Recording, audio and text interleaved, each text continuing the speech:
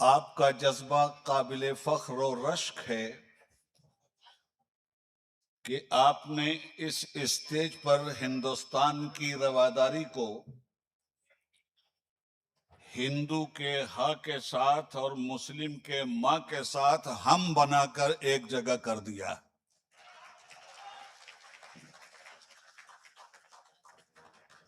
और जब तक ये हा वहां से और मां यहां से निकलकर बगलगीर होता रहेगा, तब तक हिंदुस्तान को दुनिया की कोई ताकत चुनौती नहीं दे सकती। सारे जहां से अच्छा हिंदुस्तान हमारा, हम बुलबुलें हैं इसकी, वो गुलसिता हमारा। अब मैं अपने असल मौजू की तरफ आता हूं। यहां सियासी कद्दावर शख्सियतें भी मौजूद हैं और मुझे भी आपकी दुआ से 18 साल तक कंटिन्यू मेंबर पार्लियामेंट होने पर आपकी खिदमत करने का मौका मिला है,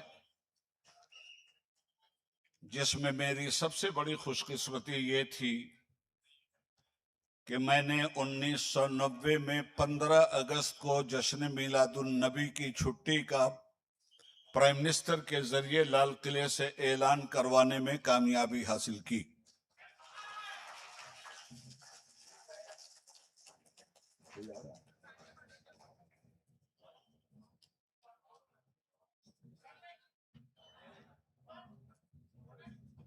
मोहतरम सामीन, आज मैंने इस स्टेज के उन्वान में 1500 साला जश्न मिलादुन नबी सल्लल्लाहु अलैहि व आलिहि वसल्लम का ऐलान पढ़ा।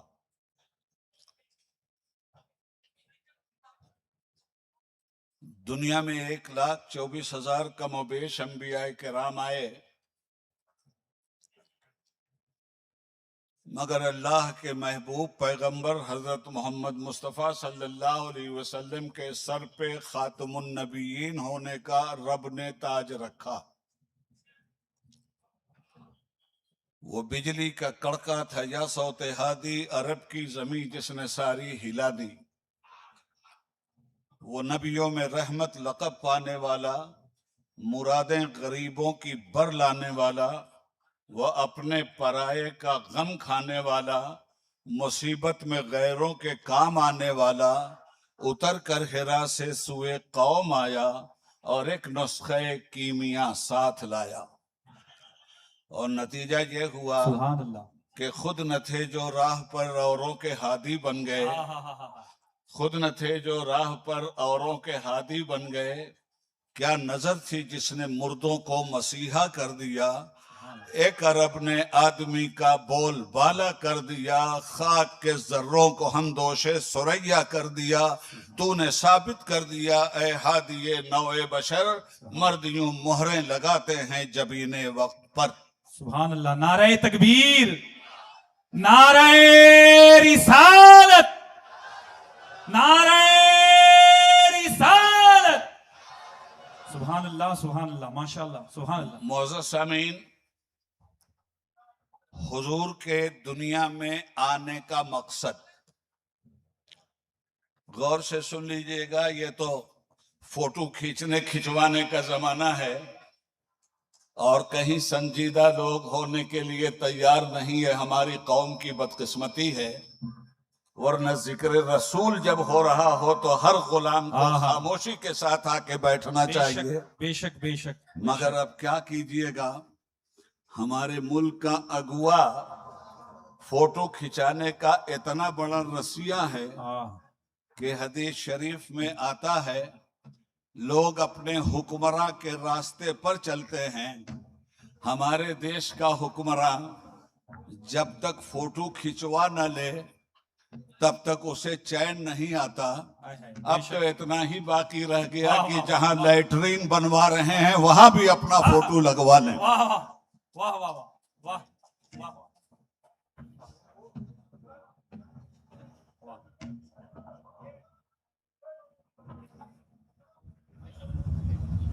आने वाले मेहमानों का इस्तकबाल है, खैर मकदम है। इंतज़ामिया की जानिब से आने वाले तमाम सियासी रहनुमा का इस्तकबाल किया जाता है।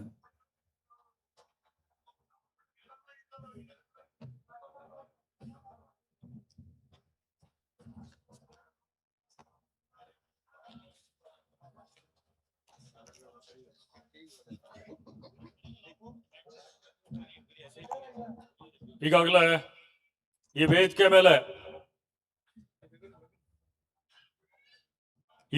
ಮೇಲೆ ಒಂದು ವಿಶಿಷ್ಟ ವ್ಯಕ್ತಿತ್ವವನ್ನು ನಾವು ಕಾಣ್ತಾ ಇದ್ದೇವೆ.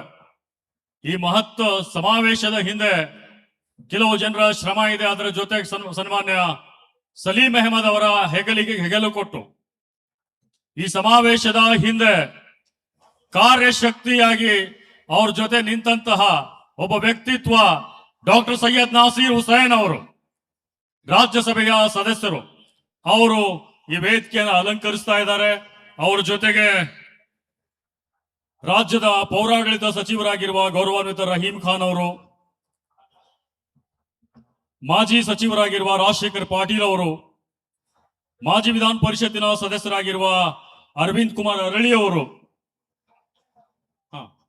ಅವರೆಲ್ಲರೂ ಈ ವೇದಿಕೆಯನ್ನು ಅಲಂಕರಿಸಿದ್ದಾರೆ. ಅವರಿಗೆ ನಾನು ತಮ್ಮೆಲ್ಲರ ಪರವಾಗಿ ತುಂಬ ಹೃದಯದ ಸ್ವಾಗತವನ್ನು ಕೋರ್ತಾ, ಈಗ ನಮ್ಮ ಜೊತೆಗೆ ಮಾತನಾಡ್ತಾ ಇರುವ ಒಬ್ಬ ಅಪ್ರತಿಮ ಸಂಸದ, ಲೋಕಸಭೆಯಲ್ಲಿ ತಮ್ಮ ಧ್ವನಿಯ ಮೂಲಕ ರಾಜ್ಯಸಭೆಯಲ್ಲಿ ತಮ್ಮ ಧ್ವನಿಯ ಮೂಲಕ ಸರ್ಕಾರದ ಹುಟ್ಟನ್ನು ಅಡಗಿಸುವಂತ ಶಕ್ತಿ ಹೊಂದಿದ ಮಾಜಿ ಸಂಸದರು, ಭಾರತ ರಾಷ್ಟ್ರೀಯ ಮುಸ್ಲಿಂ ವೈಯಕ್ತಿಕ ಕಾನೂನು ಮಂಡಳಿಯ ಉಪಾಧ್ಯಕ್ಷರು ಆಗಿರುವ ಮೌಲಾನಾ ಉಬೈದುಲ್ಲಾ ಆಜ್ಮಿ ಅವರು ತಮ್ಮ ಮಾತುಗಳನ್ನ ಮುಂದುವರಿಸ್ತಾರೆ. भाई अगर खामोशी हो गई हो तो कुछ बात किया जाए. सारे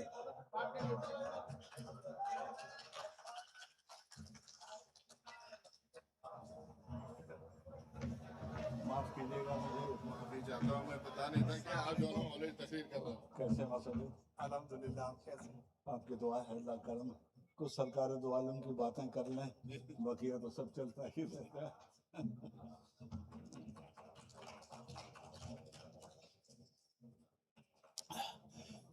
बाबाज़े बुलंद फिर दरूद पाक पढ़ लीजिए. अल्लाहुम्मा सल्ली अला सय्यिदिना व मौलाना मुहम्मद व बारिक व सल्लिम. मेरे भाई जनाब मसूद इमरान साहब और आपके जानी मानी शख्सियत मोहतरम नासिर हुसैन साहब तशरीफ लाए. मैं समझता हूं कि अजहरुद्दीन साहब की भी शायद आमद हो जाए. आप इन हजरात को सुनिएगा.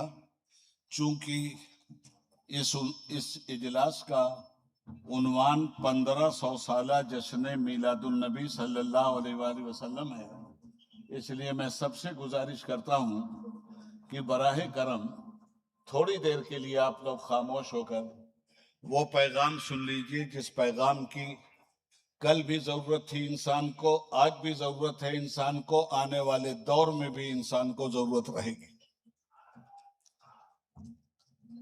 मोहतरम हजरात,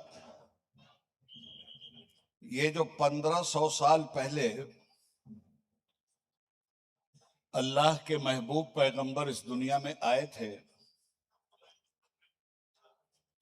570 ईस्वी में उनका मीलाद हुआ था. मीलाद के माना है पैदाइश, बर्थडे. आप अच्छी तरह से वाकिफ हैं. दुनिया में बर्थडे तो अब इंसानों की जिंदगी का लाजमी हिस्सा बन चुका है. आपके यहाँ बच्चों की पैदाइश हुई तो बर्थडे, माँ बाप की पैदाइश का दिन आया तो बर्थडे. अब तो यूनाइटेड नेशन ने बहुत सारे डे पैदा कर दिए. Mother day, father day, human day, women day, teacher day, children day. ये सारी तारीखें इस वक्त आपके सामने हैं. थोड़ी देर के लिए आप बराहे करम खामोशी से मुझे सुन लीजिए। ये मदर डे क्यों आया? इसलिए कि बच्चे दुनिया में नालायक पैदा होने लगे,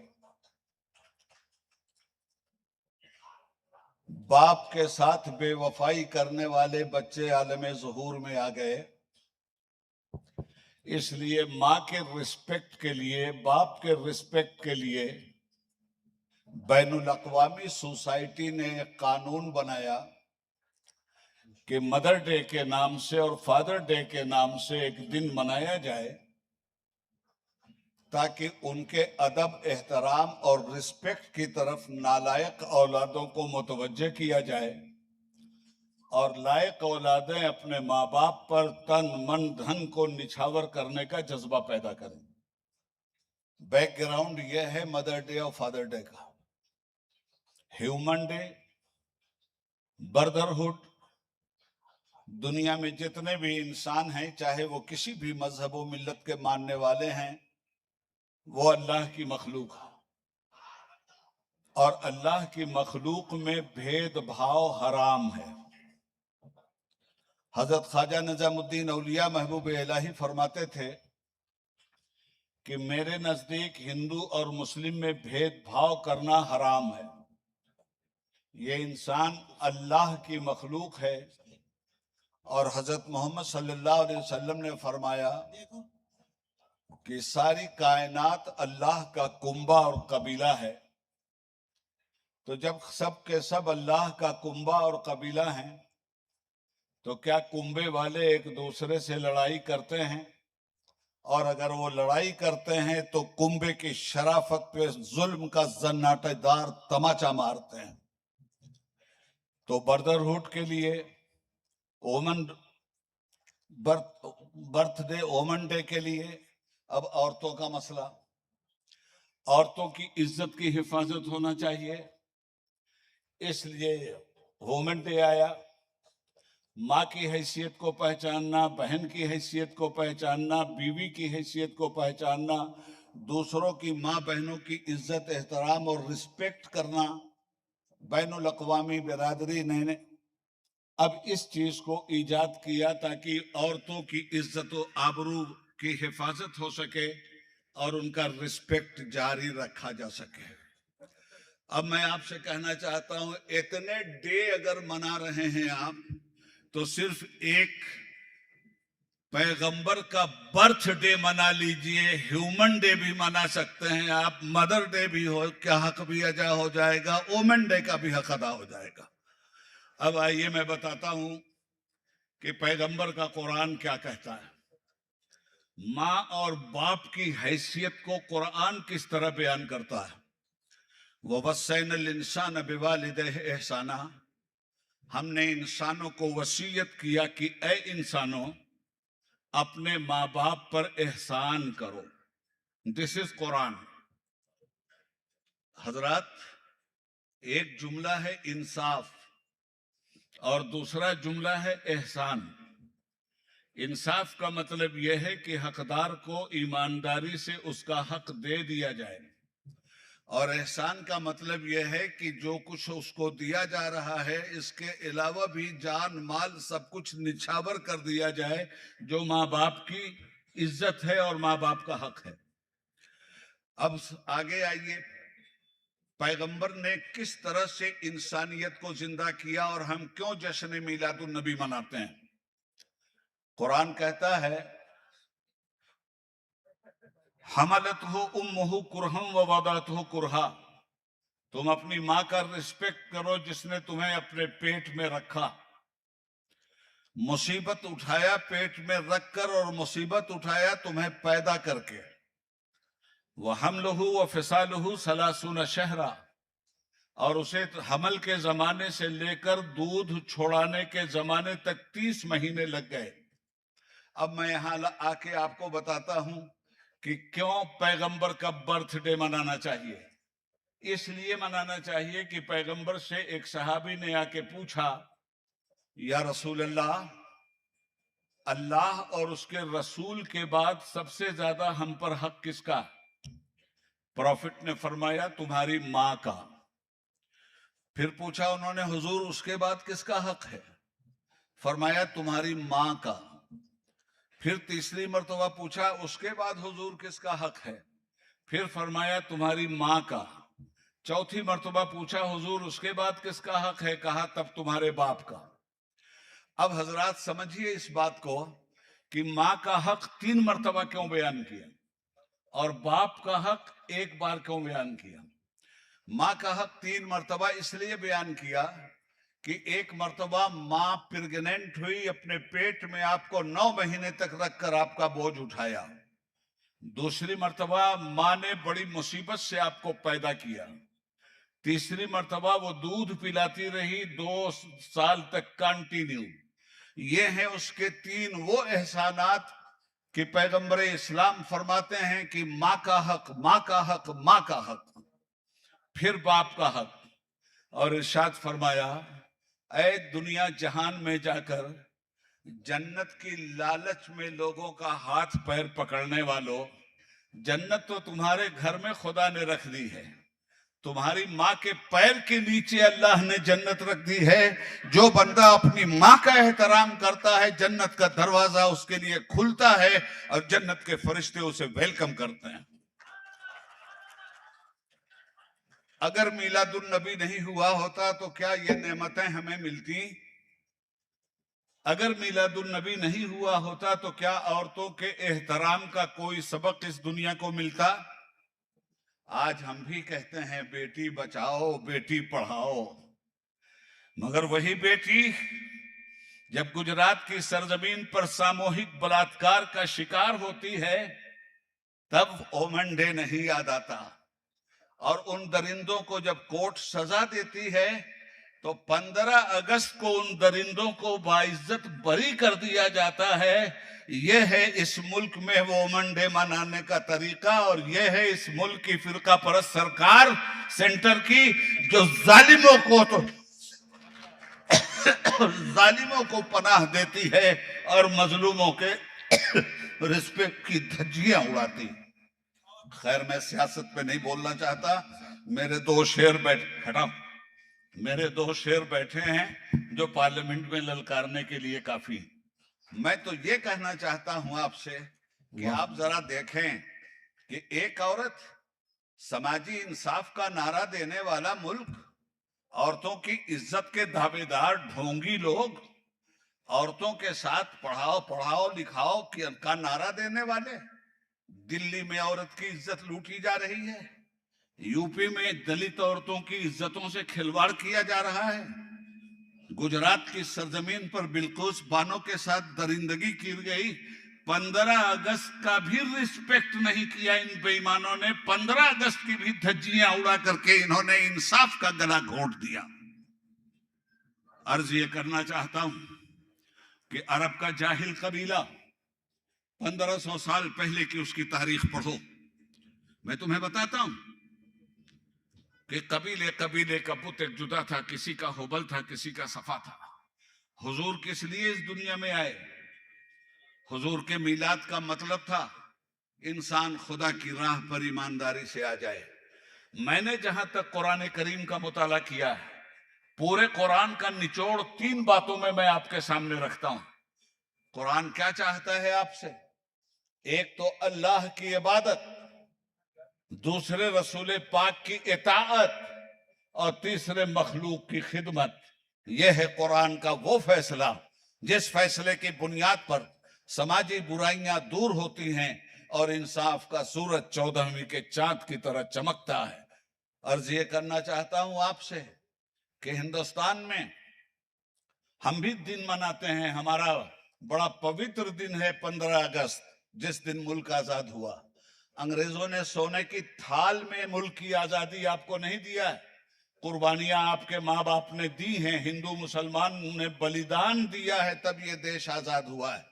मगर ये सिर्फ एक हिंदुस्तान की आजादी थी जिसको 15 अगस्त में को तारीख ने महफूज किया। मैंने पार्लियामेंट में 1990 में पार्लियामेंट में ये कहा था कि 15 अगस्त सिर्फ हिंदुस्तान की आजादी का दिन है, मीलादुन नबी इंसान की आजादी का दिन है। इंसान का अमल आजाद हुआ, इंसान का इल्म आजाद हुआ, इंसान को गुलामी से निजात मिली, इंसान की बंदगी आजाद हुई, इंसान का कैरेक्टर आजाद हुआ, इंसान की जिंदगी को रसूल अकरम सल्लल्लाहु अलैहि वसल्लम ने तस्खीर माहताब का जरिया बना दिया। इंसान जो पहाड़ों से डरता था, उन पहाड़ों को चकनाचूर कर दिया इस्लाम ने। इंसान जो चांद से डरता था, पैगंबर की एक उंगली ने चांद को दो टुकड़े करके दिखला दिया। इंसान जो सूरज को अपनी जिंदगी का आखिरी मरकज समझता था, पैगंबर ने हजरत अली की नमाज के लिए खुदा के हुक्म से उंगली उठाकर उसको वापस बुलवाया। कहना यह चाहता हूं हजरात कि आखिरी बात कह दूं, बीमारी में चल रहा हूं, आखिरी बात कह दूं। अब इंसाफ, जब तक सोशल जस्टिस नहीं होगा, दुनिया में नफरत के बादल इसी तरह छाते रहेंगे और इंसानियत का खून इसी तरह पानी की तरह बहता रहेगा। सोशल जस्टिस जरूरी है। मैं इस वाक़े को बार बार बयान करता हूं। हजरत मोहम्मद सल्लल्लाहु अलैहि वसल्लम ने सिर्फ 8 दिन तक अपनी माँ का दूध पिया है और उसके बाद उन्हें दाई के हवाले कर दिया गया था। दाई उनके घर से तनख्वाह लेके उन्हें दूध पिलाती थी। सुन लो गौर से, आखिरी बात कह रहा हूं। दाई का बयान तारीख के रिकॉर्ड पे है, ये देवमालाई कहानी नहीं है, ये तारीख के उगते हुए सूरज की रोशनी है। दाई कहती है कि मैंने 2 साल तक हजरत मोहम्मद सल्लल्लाहु अलैहि वसल्लम को दूध पिलाया, मगर उन्होंने कभी बाईं साइड से दूध नहीं पिया। जब भी दूध पिया एक साइड से, सिर्फ दाहिनी साइड से। दाई हलीमा आंखों आंखों में पूछती थी, मेरे बालक, ऐसा बालक तो मैंने दुनिया में देखा ही नहीं। बच्चे का नेचर ये है कि वो दोनों साइड से दूध पीता है। ऐसा बालक तो मैंने दुनिया में नहीं देखा।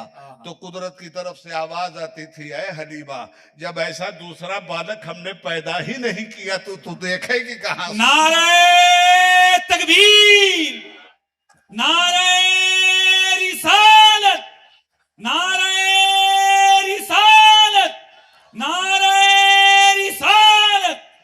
हम सोशल जस्टिस की बात करते हैं पार्लियामेंट में जाकर, हम सोशल जस्टिस की बात करते हैं हुक्मरान बनकर, हम सोशल जस्टिस की बात मनवाते हैं हुकूमत से अपोजिशन के लीडर बनकर। हम सोशल जस्टिस की बात उस वक्त करते हैं जब सोशल जस्टिस की मीनिंग हमारे सामने होती है।